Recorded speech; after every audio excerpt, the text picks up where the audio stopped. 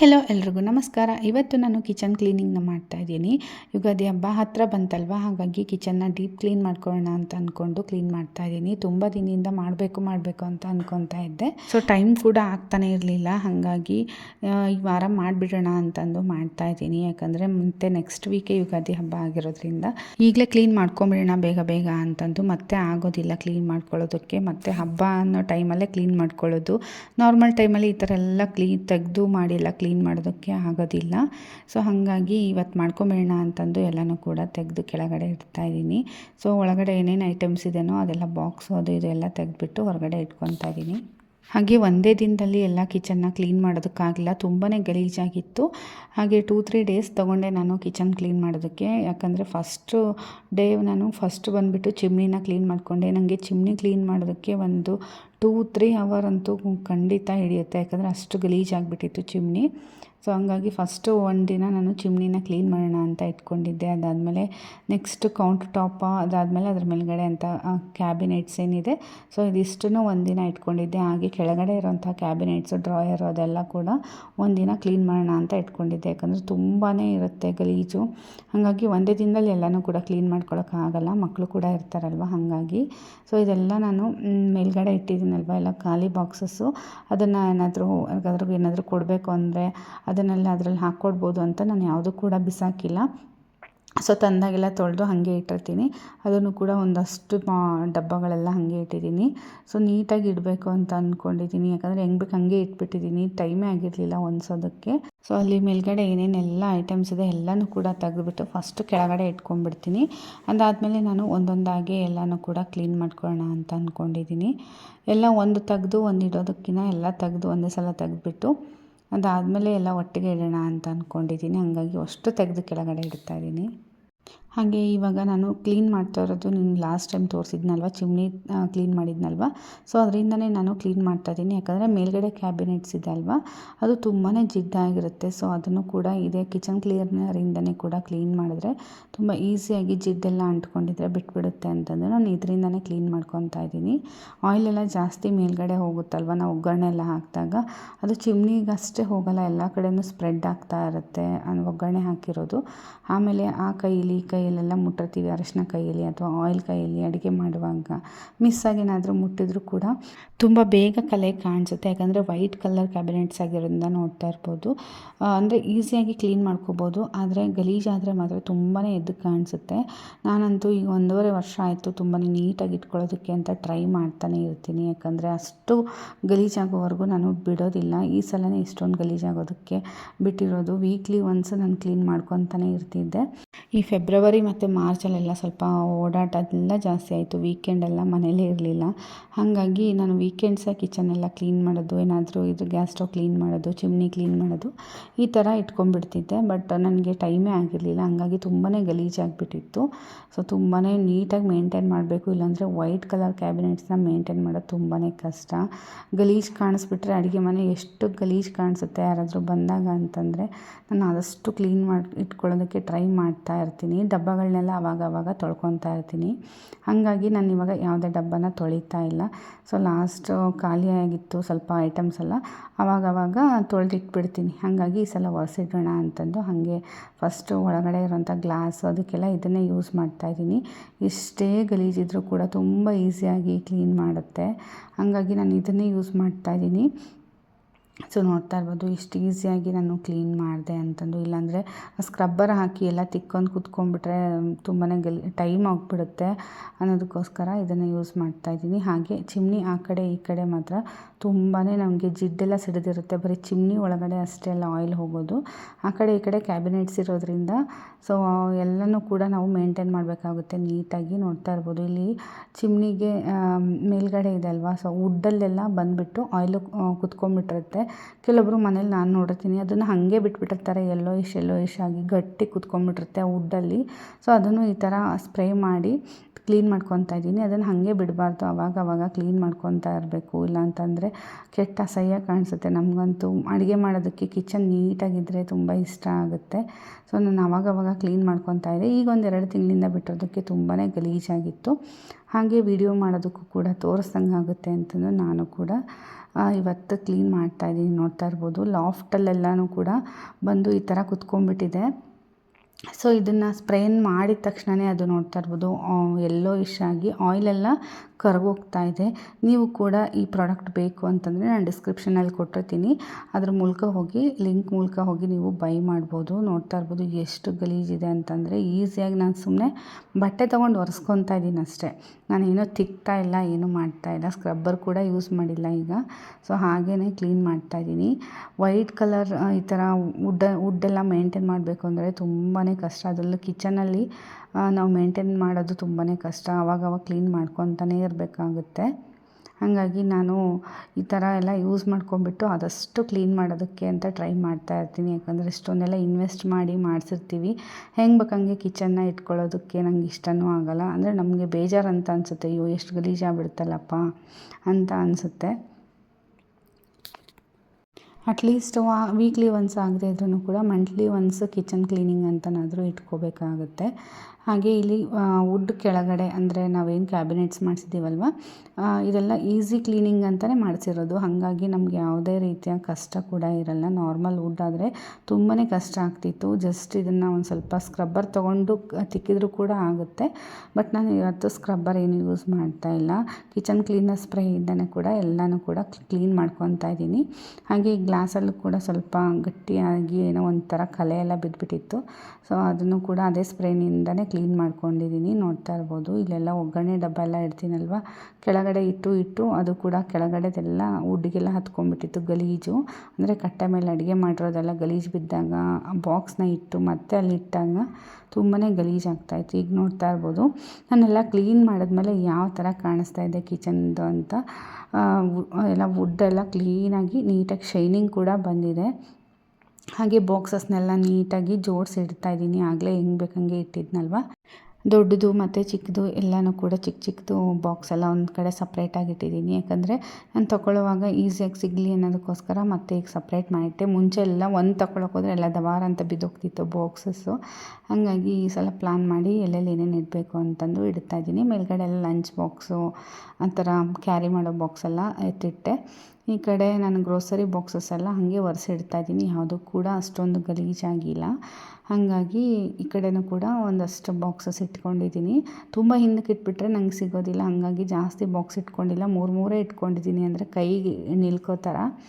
ಹಾಗೆ ಇಲ್ಲಿ ನೋಡ್ತಾ ಇರ್ಬೋದು ಇಲ್ಲಿ ಕೆಳಗಡೆನೂ ಕೂಡ ತುಂಬಾ ಗಲೀಜಿತ್ತು. ಅದು ತುಂಬ ಗಟ್ಟಿಯಾಗಿತ್ತು, ಸ್ಪ್ರೇ ಹಾಕಿದ್ರೂ ಕೂಡ ಒಂದು 90% ಹೋಯ್ತು, ಇನ್ನೊಂದು 10% ಹೋಗಲಿಲ್ಲ. ಹಂಗಾಗಿ ಅದು ಟೈಲ್ಸ್ ಕ್ಲೀನ್ ಮಾಡೋದಕ್ಕೆ ಅಂತ ತೊಗೊಂಬಂದು ಇಟ್ಕೊಂಡಿದ್ರು ಟೈಲ್ಸ್ ಕ್ಲೀನ್ ಮಾಡೋರು. ಸೊ ಅದನ್ನು ನಮ್ಮ ಮನೆಯಲ್ಲೇ ಬಿಟ್ಟೋಗಿದ್ರು. ಅದರಿಂದ ನಾನು ಸ್ವಲ್ಪ ಲೈಟಾಗಿ ಕೆರೆದೆ. ಅದಾದಮೇಲೆ ಎಲ್ಲ ಕ್ಲೀನ್ ಆಯಿತು. ಅದಾದಮೇಲೆ ವಾಲ್ ಕೂಡ ನಾನು ಕ್ಲೀನ್ ಮಾಡ್ಕೊತಾ ಇದ್ದೀನಿ. ಕಿಚನ್ ವಾಲ್ಗೆ ಪೂರ್ತಿಯಾಗಿ ಟೈಲ್ಸ್ ಹಾಕ್ಸಿದ್ರೆ ತುಂಬಾ ಈಸಿಯಾಗಿ ಕ್ಲೀನ್ ಮಾಡ್ಕೋಬೋದು. ಹಾಗೆ ಇದು ವೈಟ್ ಟೈಲ್ಸ್ ಆಗಿರೋದ್ರಿಂದ ಸೊ ನಾನು ಏನು ಮಾಡಿದ್ದೀನಿ ಅಂತಂದರೆ ಗ್ಯಾಸ್ ಸ್ಟವ್ ಹಿಂದ್ಗಡೆ ಒಂದು ಶೀಟನ್ನು ಹಾಕ್ಕೊಂಡಿದ್ದೀನಿ, ಟ್ರಾನ್ಸ್ಪರೆಂಟ್ ಶೀಟು. ಸೊ ಗ್ಯಾಸಲ್ಲಿ ನಾವು ಗ್ಯಾಸ್ ಸ್ಟವಲ್ಲಿ ಅಡುಗೆ ಏನಾದರೂ ಮಾಡಿದಾಗ ಆಯಿಲ್ ಏನಾದರೂ ಸಿಡಿದ್ರೆ ಟೈಲ್ಸ್ ಗಲೀಜಾಗದೇ ಇರೋ ಥರ ನಾನು ಒಂದು ಶೀಟನ್ನು ಹಾಕ್ಕೊಂಡ್ಬಿಟ್ಟಿದ್ದೀನಿ. ತುಂಬ ಈಸಿಯಾಗಿ ಕ್ಲೀನ್ ಮಾಡ್ಕೋಬೋದು ಅಂತ. ಬಟ್ ಲೈಟಾಗಿ ಕಾಣಿಸ್ತಾ ಇದೆ ಅಷ್ಟೇ, ಕ್ಯಾಮ್ರಾದಲ್ಲಿ ಗೊತ್ತಾಗ್ತಾ ಇಲ್ಲ ನಿಮಗೆ ಅದು.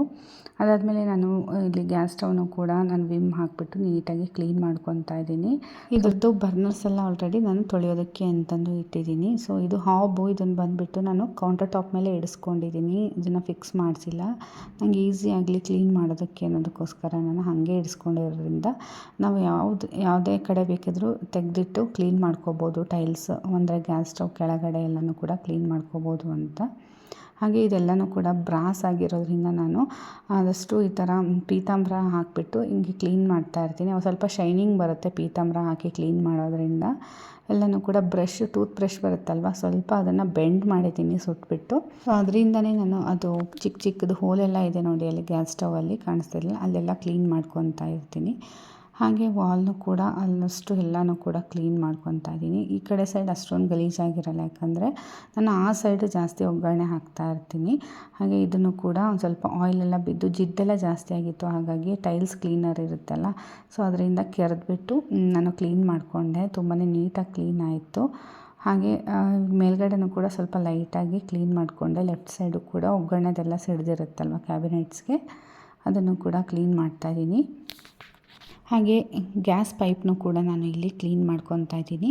ಈ ರೀತಿ ಹಾಬನ್ನು ನಾನು ತೆಗೆದಿಟ್ಬಿಟ್ಟು ನಾನು ಕ್ಲೀನ್ ಮಾಡ್ಕೋಬೋದು. ಫಿಕ್ಸ್ ಮಾಡಿಸ್ಬಿಟ್ರೆ ಕ್ಲೀನ್ ಮಾಡೋದಕ್ಕೆ ತುಂಬಾ ಕಷ್ಟ ಆಗ್ತಿತ್ತು ಅಂತ ನಾನು ಈ ಥರ ಫಿಕ್ಸ್ ಮಾಡಿಸ್ಲಿಲ್ಲ, ಹಾಗೆ ಸರಿಸಿ ಇಡ್ಬೋದು ನೋಡಿ. ಹಾಗೆ ಈ ಸೈಡೆಲ್ಲ ಕ್ಲೀನ್ ಮಾಡಿಕೊಂಡೆ. ಇವಾಗ ಮತ್ತೆ ಒಂದೊಂದನ್ನೇ ಎಲ್ಲನೂ ಕೂಡ ಅರೇಂಜ್ ಮಾಡಿ ಇಟ್ಕೊತಾ ಇದ್ದೀನಿ. ಯಾವುದೆಲ್ಲ ಯೂಸ್ ಮಾಡಲ್ಲ ಅದನ್ನು ಆ ಕಡೆ ಲಾಸ್ಟ್ ನೋಡ್ತಾ ಇದ್ದೀರಲ್ವ, ಆ ಸೈಡ್ ಹಿಂದಕ್ಕೆ ಇಟ್ಬಿಡ್ತೀನಿ. ಯಾಕಂದರೆ ಅದು ಸ್ವಲ್ಪ ಹಿಂದಕ್ಕಾಗುತ್ತೆ, ಏನಾದರೂ ತಗೊಳಕ್ಕೆ ಹೋಗಿ ಬಿದ್ದಿದ್ರೆ ಅಂತಂದು ನಾನು ತೆಗಿಯೋದಕ್ಕೆ ಹೋಗೋದಿಲ್ಲ ಅಲ್ಲಿ. ಹಾಗಾಗಿ ಯೂಸ್ ಮಾಡದೇ ಇರೋ ಐಟಮ್ನ ಇಟ್ಬಿಡ್ತೀನಿ. ಹಾಗೆ ಇಲ್ಲಿ ಆಯಿಲ್ ಸ್ಟ್ಯಾಂಡ್ನು ಕೂಡ ನಾನು ತೆಗಿತಾ ಇದ್ದೀನಿ. ಟಿಶ್ಯೂ ಪೇಪರ್ ಹಾಕಿ ಇಟ್ಟಿದ್ದೆ. ಟಿಶ್ಯೂ ಪೇಪರ್ ಅಂತೂ ಫುಲ್ ಗಟ್ಟಿಯಾಗಿಬಿಟ್ಟಿತ್ತು, ಅಷ್ಟು ಗಲೀಜಾಗಿಬಿಟ್ಟಿತ್ತು. ಇದನ್ನು ಕೂಡ ಕ್ಲೀನ್ ಮಾಡಿರಲಿಲ್ಲ. ಸೊ ಒಟ್ಟಿಗೆ ಎಲ್ಲನೂ ಕೂಡ ಕ್ಲೀನ್ ಮಾಡೋಣ ಅಂತಂದು ಹಾಗೆ ಬಿಟ್ಕೊಂಡಿದ್ದೆ. ಇದನ್ನು ಕೂಡ ಇವಾಗ ಸೋಪ್ ಹಾಕಿ ಕ್ಲೀನ್ ಮಾಡ್ತಾಯಿದ್ದೀನಿ. ಇದನ್ನು ಅಷ್ಟೊಂದು ಗಲೀಜಾಗಿರಲಿಲ್ಲ. ಸೊ ಹಂಗಾಗಿ ಮೇಲ್ಗಡೆ ಅಷ್ಟೇ ತುಂಬಾ ಗಲೀಜಾಗಿತ್ತು. ಹಾಗೆ ವಿಮ್ ಹಾಕಿಬಿಟ್ಟು ಕ್ಲೀನ್ ಮಾಡ್ಕೊತಾ ಇದ್ದೀನಿ. ಹಾಗೆ ಅದ್ರ ಜೊತೆಗೆ ನಾನು ಇಲ್ಲಿ ಸ್ಪೂನ್ ಸ್ಟ್ಯಾಂಡನ್ನೇ ತೊಗೊಂಡಿದ್ದೆ, ಅದನ್ನು ಕೂಡ ಕ್ಲೀನ್ ಮಾಡ್ಕೊತಾ ಇದ್ದೀನಿ. ಇದನ್ನು ಕೂಡ ನಾನು ಗ್ಯಾಸ್ ಸ್ಟವ್ ಪಕ್ಕದಲ್ಲಿ ಇಡೋದ್ರಿಂದ ಸ್ವಲ್ಪ ಗಲೀಜು ಜಾಸ್ತಿನೇ ಆಗಿರುತ್ತೆ. ಹಾಗಾಗಿ ಇದನ್ನು ಕೂಡ ನಾನು ವಿಮ್ ಹಾಕಿನೇ ಕ್ಲೀನ್ ಮಾಡ್ಕೊತಾ ಇದ್ದೀನಿ. ಇದಕ್ಕೆ ಯಾವುದೇ ಲಿಕ್ವಿಡನ್ನು ಕೂಡ ಯೂಸ್ ಮಾಡಿಲ್ಲ, ಈಸಿಯಾಗಿ ಕ್ಲೀನ್ ಆಗುತ್ತೆ ಅಂತ. ಅದೆರಡನ್ನೂ ತೊಳೆದಿಟ್ಟು ಅದಾದಮೇಲೆ ಗ್ಯಾಸ್ ಸ್ಟವ್ ಸ್ಟ್ಯಾಂಡು ಹಾಗೆ ಗ್ಯಾಸ್ ಸ್ಟವ್ ಬರ್ನರ್ ಎಲ್ಲ ಏನಿರುತ್ತೆ ಅದಕ್ಕೆ ವಿಮ್ ಹಾಕಿಬಿಟ್ಟು ಹಾಗೆ ಅದ್ರ ಜೊತೆಗೆ ಪೀತಾಂಬರ ಕೂಡ ಸ್ವಲ್ಪ ಹಾಕಿದ್ದೀನಿ. ತುಂಬ ಚೆನ್ನಾಗಿ ಕ್ಲೀನ್ ಆಗಬೇಕು ಅಂತ, ಯಾಕಂದರೆ ಅದು ಬ್ರಾಸ್ ಆಗಿರೋದ್ರಿಂದ ಬರೀ ವಿಮ್ಮಲ್ಲಿ ಮಾತ್ರ ಅದು ಗಲೀಜು ಹೋಗೋದಿಲ್ಲ, ಒಂಥರ ಬ್ಲ್ಯಾಕ್ ಆಗಿಬಿಟ್ಟಿರುತ್ತೆ ಬರ್ನರ್ಸು. ವಿಮ್ ಮತ್ತು ಪೀತಾಂಬರ ಎರಡೂ ಹಾಕಿ ತೊಳೆಯೋದ್ರಿಂದ ಒಂಥರ ಕಲರ್ ತುಂಬಾ ಶೈನಿಂಗ್ ಆಗಿ ಬರುತ್ತೆ. ಹಾಗಾಗಿ ನಾನು ತೊಳಿತಾ ಇದ್ದೀನಿ. ಹಾಗೆ ಟೂತ್ ಬ್ರಷ್ನ ಯೂಸ್ ಮಾಡಿಕೊಂಡು ಬರ್ನರ್ಸ್ ಹೋಲೆಲ್ಲ ಇರುತ್ತಲ್ವ, ಸೊ ಅದನ್ನು ಕೂಡ ನಾನು ಕ್ಲೀನ್ ಮಾಡ್ಕೊತಾ ಇದ್ದೀನಿ. ಕೆಲವೊಂದು ಸಲ ಬರ್ನರ್ ಕ್ಲೀನಾಗಿಲ್ಲ ಅಂತಂದರೆ ನೀಟಾಗಿ ಉರಿಯೋದಿಲ್ಲ. ಹಾಗಾಗಿ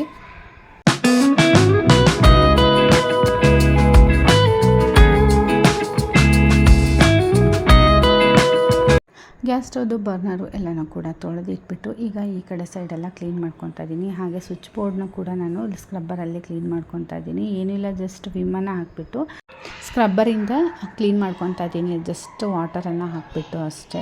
ಯಾಕಂದರೆ ವಾಲೆಲ್ಲ ಅಷ್ಟೊಂದೆಲ್ಲ ಗಲೀಜಾಗಿಲ್ಲ ಈ ಸೈಡು. ಅಲ್ಲಿಂದ ನಾನು ನಿಂತ್ಕೊಂಡಿದ್ದೀನಲ್ಲ, ಅಲ್ಲಿಂದ ಆ ಕಡೆ ತುಂಬಾ ಗಲೀಜಾಗಿರುತ್ತೆ. ಯಾಕಂದರೆ ಅಡುಗೆ ನಾನು ಜಾಸ್ತಿ ಆ ಸೈಡ್ ನಿಂತ್ಕೊಂಡು ಮಾಡೋದ್ರಿಂದ ತುಂಬಾ ಗಲೀಜಾಗಿರುತ್ತೆ. ಕೆಲವೊಂದು ಸಲ ಮಿಕ್ಸಿಯಲ್ಲಿ ಏನಾದರೂ ಹಾಕಿದಾಗ ಜಾಸ್ತಿಯಾಗಿ ಸಿಡಿದಿರೋದು ಆ ಥರದ್ದಷ್ಟೇ ಈ ಸೈಡೆಲ್ಲ ಆಗೋದು.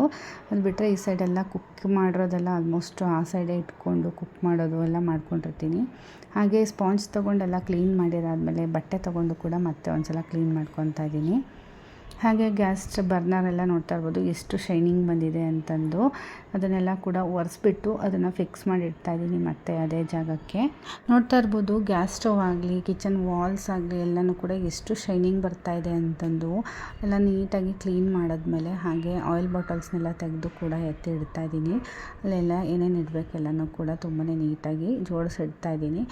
ತುಂಬ ನೀಟಾಗಿ ಒಂಥರ ಚೆನ್ನಾಗಿ ಕಾಣ್ತಾ ಇತ್ತು ಕ್ಲೀನ್ ಮಾಡಿದ್ಮೇಲೆ. ಆ ಕಡೆ ಈ ಕಡೆನೂ ಕೂಡ ಲಾಸ್ಟ್ ಕ್ಲೀನ್ ಮಾಡೋಣ ಅಂತಂದು ಹಾಗೆ ಬಿಟ್ಟಿದ್ದೆ. ಎಲ್ಲನೂ ಕೂಡ ತೊಳಿಬೇಕಿತ್ತಲ್ವ, ಮತ್ತೆ ಕ್ಲೀನ್ ಮಾಡಿಕೊಂಡು ಮತ್ತೆ ತೊಳೆಯೋದಂದರೆ ಮತ್ತೆ ಗಲೀಜಾಗಿಬಿಡುತ್ತೆ ಅಂತಂದು ಫಸ್ಟೆಲ್ಲ ತೊಳೆದ್ಬಿಟ್ಟು ಈ ಪಾರ್ಟ್ ಮಾತ್ರ ಲಾಸ್ಟಿಗೆ ತೊಳೆಯೋಣ ಅಂತ ಹಾಗೆ ಬಿಟ್ಟಿದ್ದೆ.